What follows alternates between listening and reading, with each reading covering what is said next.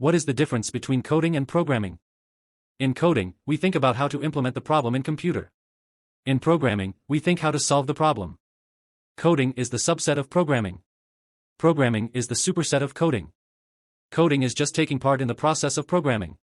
Programming is about developing a full-fledged software. Coding is the structured approach of translating natural language into computer-understandable command through an intermediate language. Programming is the process of developing an end-to-end solution or a software for a problem or a requirement.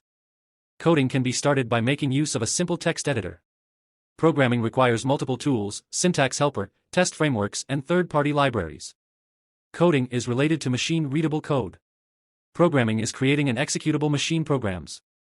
In coding, no prerequisites needed to get started. In programming, proper planning and time managing are things to take care. Coding is the process of writing instruction for a computer to follow. Programming involves designing and developing software applications.